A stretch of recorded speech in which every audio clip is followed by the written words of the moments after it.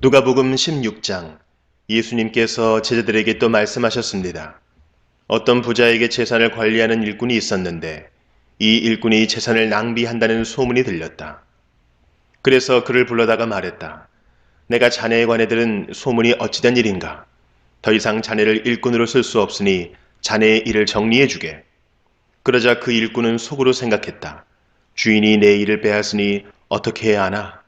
땅을 파자니 힘이 없고 국어를 하자니 창피한 노릇이구나. 내가 할 일을 알았다. 내가 이 자리에서 물러날 때 사람들이 나를 집으로 맞이하게 만들어야겠다. 그 일꾼은 주인에게 빚진 사람들을 하나씩 불렀다. 첫째 사람에게 물었다. 주인에게 빚진 것이 얼마요?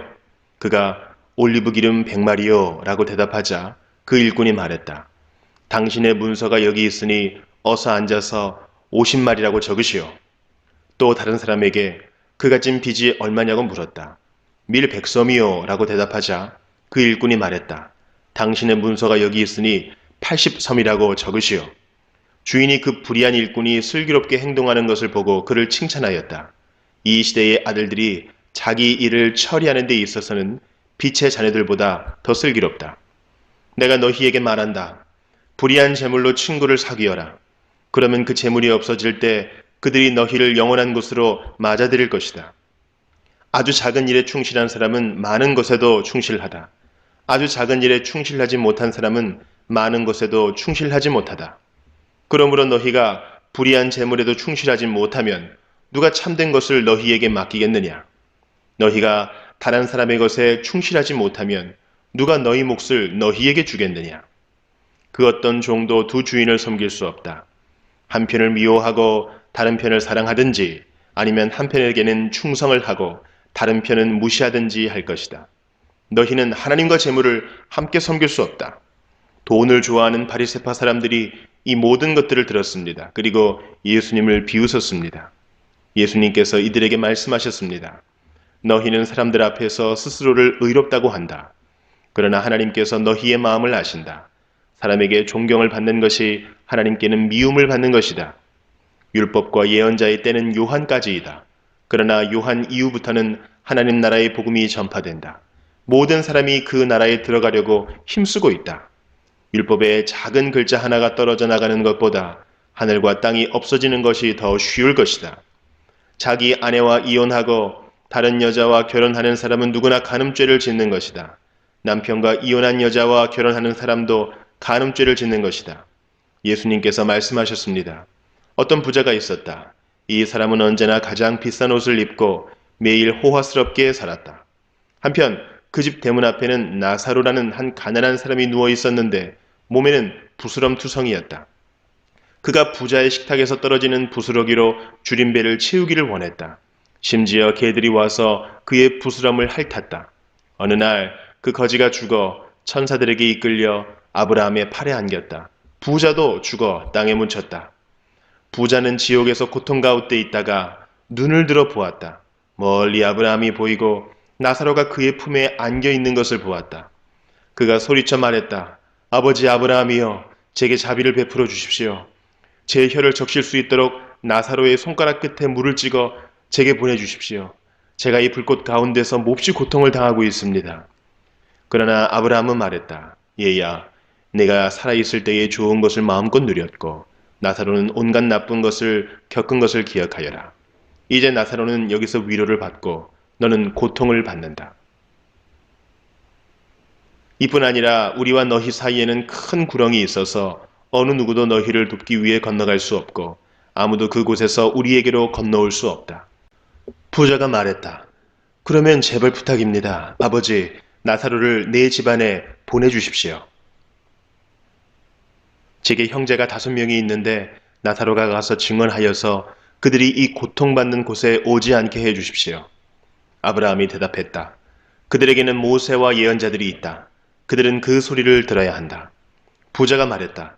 그렇지 않습니다. 아버지 아브라함이여, 누군가 죽었다가 살아나 그들에게로 가면 그들이 회개할 것입니다. 아브라함이 그에게 대답했다. 만일 그들이 모세와 예언자들의 말을 듣지 않는다면 죽은 사람이 다시 일어나도 그들은 믿지 않을 것이다. 누가복음 17장. 예수님께서 제자들에게 말씀하셨습니다. 죄짓게 하는 일이 없을 수는 없다. 그러나 죄짓게 하는 사람에게는 화가 있다. 어린아이 하나라도 죄짓게 하면 차라리 자기 목에 연자맷돌을 달고 바다에 빠지는 것이 더 나을 것이다. 너희는 조심하여라. 만약 네 형제가 죄를 짓거든 책망하여라. 그러나 회개하거든 용서하여라. 만일 네 형제가 하루에 7번이라도 네게 죄를 짓고 그때마다 돌아와서 잘못했다고 빌면 용서해 주어라. 사도들이 주님께 말했습니다. 우리의 믿음을 더하여 주십시오. 주님께서 말씀하셨습니다. 만일 너희에게 겨자씨만한 믿음이 있으면 이 뽕나무더러 뿌리째 뽑혀 바다에 심겨라 해도 그것이 내 말에 순종할 것이다. 너희 가운데 밭을 갈거나 양을 치는 일을 맡은 종이 있는데 그가 밭에서 돌아오면 어서 이리 와서 앉아 먹어라 하고 말할 사람이 누가 있겠느냐. 오히려 종에게 너는 내가 먹을 것을 준비하고 내가 먹고 마시는 동안 허리를 동이고 시중 들다가 그 후에 먹고 마시라 하지 않겠느냐. 시키는 대로 했다고 해서 주인이 종에게 고맙다고 하겠느냐. 이와 같이 너희도 명령받은 것을 다 행하고 나서 우리는 가치 없는 종입니다. 우리는 그저 해야 할 일을 했을 뿐입니다. 라고 말해야 할 것이다. 예수님께서 예루살렘으로 가시는 길에 사마리아와 갈릴리 사이를 지나시게 되었습니다. 예수님께서 어떤 마을에 들어가시다가 10사람의 문둥병 환자를 만났습니다. 그들은 멀리 서서 목소리를 높였습니다. 예수 선생님, 우리에게 자비를 베풀어 주십시오. 예수님께서 그들을 보시고 제사장에게 가서 너희 몸을 보여라 하고 말씀하셨습니다. 그들은 가는 도중에 몸이 깨끗하게 되었습니다. 그들 가운데 하나가 자기가 나은 것을 보고 돌아와서 큰 소리로 하나님께 영광을 돌렸습니다. 그리고 예수님의 발 앞에 엎드려 감사를 드렸습니다. 그는 사마리아 사람이었습니다. 예수님께서 말씀하셨습니다. 10사람이 다 깨끗하게 되지 않았느냐? 그런데 9은 어디 있느냐? 이 이방인 외에는 하나님께 영광을 돌리러 돌아온 사람이 없단 말이냐? 그리고 그에게 말씀하셨습니다. 일어나 가거라. 네 믿음이 너를 낫게 하였다. 바리새파 사람들이 하나님 나라가 언제 오는지에 대하여 물으니 예수님께서 대답하셨습니다. 하나님 나라는 볼 수 있는 모습으로 오는 것이 아니다. 또 보아라, 하나님 나라가 여기 있다, 저기 있다 라고 말할 수도 없다. 왜냐하면 하나님 나라가 너희 가운데 있기 때문이다. 예수님께서 제자들에게 말씀하셨습니다. 너희가 인자의 날을 단 하루만이라도 보고 싶어 해도 보지 못할 때가 올 것이다. 또 사람들이 보아라 여기 있다 저기 있다 하여도 너희는 그들을 따라 나서거나 찾지 마라. 마치 번개가 하늘 이편에서 번쩍하여 하늘 저편까지 비치듯이 인자도 자기의 날에 그와 같을 것이다. 그러나 인자가 먼저 많은 고난을 당하고 이 세대 사람들에게 배척을 받아야 한다. 마치 노아의 시대처럼 인자의 날도 그와 같을 것이다. 노아가 배에 들어가는 날까지 사람들은 먹고 마시며 장가가고 시집을 갔다. 그러다가 홍수가 나서 그들을 모두 멸망시켰다. 롯의 시대에도 이와 같은 일이 있었다. 사람들이 먹고 마시며 사고 팔고 심고 집을 지었다. 그러나 롯이 소돔을 떠나던 날 하늘에서 불과 유황이 비오듯이 쏟아져 모두 멸망당하고 말았다. 인자가 나타나는 날에도 바로 그와 같을 것이다. 그날에 지붕 위에 있는 사람은 집안에 있는 물건을 가지러 내려가지 마라. 들에 있는 사람도 돌아가지 마라. 롯의 아내를 기억하여라. 누구든지 자기의 생명을 지키려고 하는 사람은 잃을 것이다. 그러나 자기의 생명을 버리는 사람은 얻을 것이다. 내가 너희에게 말한다. 그날에 두 사람이 한 자리에 누워 있을 것이나 하나는 데려가고 하나는 남겨둘 것이다. 두 여자가 같은 곳에서 함께 맷돌을 갈고 있을 것이나 하나는 데려가고 하나는 남겨지게 될 것이다. 그때 제자들이 대답했습니다. 주님, 어디에서 그런 일이 일어나겠습니까? 예수님께서 제자들에게 시체가 있는 곳에는 독수리들이 모인다 라고 말씀하셨습니다. 예수님께서 언제나 기도하고 희망을 잃지 말아야 할 것을 가르치시기 위해 제자들에게 비유를 말씀하셨습니다. 어떤 마을에 하나님을 두려워하지 않고 사람들을 무시하는 재판관이 있었다. 그 마을에 과부가 한 명 있었다. 그는 재판관을 찾아가서 말하였다. 내 원수를 갚아주십시오. 그 재판관은 한동안 그의 간청을 들어주려고 하지 않았다.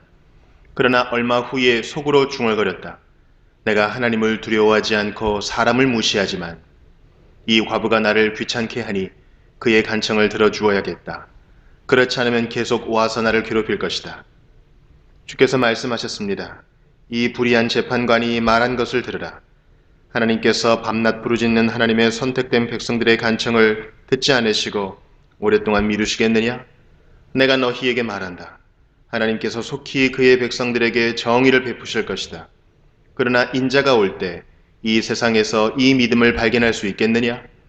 자기가 의롭다고 생각하고 다른 사람을 멸시하는 사람들에게 예수님께서 이런 비유를 말씀하셨습니다. 두 사람이 기도하려고 성전에 올라갔는데 하나는 바리새파 사람이고 하나는 세리였다. 바리새파 사람이 서서 이렇게 기도하였다. 하나님, 저는 다른 사람, 즉 사기꾼, 죄인, 간음을 행하는 자와 같지 않고 이 세리와 같지 않은 것에 감사를 드립니다. 저는 일주일에 2번씩 금식하며 모든 수입의 11조를 바칩니다. 한편 세리는 멀리 서서 감히 눈을 들어 하늘을 보지도 못하고 다만 가슴을 치며 말했다. 하나님이 죄인을 불쌍히 여겨 주십시오. 내가 너희에게 말한다. 이 사람이 저 바리새파 사람보다 의롭다는 인정을 받고 집으로 돌아갔다. 누구든지 자기를 높이는 사람은 낮아지고 자기를 낮추는 사람은 높아질 것이다. 사람들이 예수님께서 만져주시기를 원하여 어린아이들을 데리고 왔습니다. 제자들이 이를 보고 그들을 꾸짖었습니다. 그러나 예수님께서 그들을 부르시고 말씀하셨습니다. 어린아이들이 내게로 오는 것을 막지 마라. 하나님 나라는 이런 어린아이들의 것이다. 내가 진정으로 너희에게 말한다. 어린아이와 같이 하나님 나라를 받아들이지 않는 사람은 하나님 나라에 들어갈 수 없다. 어떤 지도자가 예수님께 선한 선생님, 영생을 얻으려면 무엇을 해야 합니까? 라고 물었습니다. 예수님께서 대답하셨습니다. 왜 나를 선하다고 하느냐? 선한 분은 오직 하나님 한 분뿐이시다. 너는 계명들을 알고 있다. 간음하지 마라, 살인하지 마라, 도둑질하지 마라, 거짓 증언하지 마라. 네 아버지와 어머니를 공경하여라. 그가 대답했습니다. 이 모든 것을 저는 어려서부터 다 지켜왔습니다. 예수님께서 이 말을 들으시고 그에게 말씀하셨습니다. 네게 아직도 부족한 것이 하나 있다. 네 재산을 다 팔아 가난한 사람들에게 나누어 주어라. 그러면 하늘에서 보화를 얻을 것이다. 그리고 와서 나를 따르라. 이 말씀을 듣고 그는 몹시 근심하였습니다. 왜냐하면 그는 큰 부자였기 때문입니다. 예수님께서 그를 보시며 말씀하셨습니다. 부자가 하나님 나라에 들어가는 것이 참으로 어렵다. 부자가 하나님 나라에 들어가는 것보다 낙타가 바늘구멍으로 지나가는 것이 더 쉽다. 사람들이 이 말씀을 듣고 말했습니다. 그렇다면 누가 구원받을 수 있겠습니까? 예수님께서 말씀하셨습니다. 사람으로는 할 수 없는 것을 하나님께서는 하실 수 있다. 그때 베드로가 말했습니다. 우리는 모든 것을 버리고 주님을 따랐습니다. 예수님께서 제자들에게 말씀하셨습니다. 내가 진정으로 너희에게 말한다. 하나님 나라를 위해 집이나 아내나 형제나 부모나 자녀를 버린 사람은 이 세상에서 여러 배로 받을 것이요. 또한 오는 세상에서 영생을 얻을 것이다. 예수님께서 12제자를 따로 부르시고 말씀하셨습니다. 보아라, 우리는 예루살렘으로 올라간다. 인자에 대하여 예언자들이 기록한 모든 일이 이루어질 것이다. 인자가 이방인들에게 넘겨져 조롱을 당하고 모욕을 당하며 침뱉음을 당할 것이다. 그리고 이방인들이 인자를 채찍질한 후 죽일 것이다. 그러나 3일 만에 다시 살아날 것이다. 그러나 제자들은 이 말씀을 하나도 이해하지 못하였습니다. 이 말씀의 뜻이 감추어져 있어서 제자들은 예수님이 하시는 말씀을 이해하지 못하였습니다. 예수님께서 여리고에 가까이 가셨을 때였습니다. 어떤 보지 못하는 사람이 길가에 앉아 구걸하고 있었습니다. 많은 사람들이 지나가는 소리를 듣고 그가 무슨 일인지 물었습니다. 사람들이 나사렛 예수님이 지나가신다고 말해 주었습니다. 그러자 그는 큰 소리로 외쳤습니다. 다윗의 자손 예수님, 제게 자비를 베풀어 주십시오. 앞서가던 사람들이 그를 엄히 꾸짖으며 조용히 하라고 했습니다. 그러나 그는 더욱 큰 소리로 외쳤습니다. 다윗의 자손이여, 제게 자비를 베풀어 주십시오. 예수님께서 걸음을 멈추시고 그를 데려오라고 명하셨습니다. 그가 가까이 왔을 때 예수님께서 물으셨습니다. 무엇을 해주기를 원하느냐?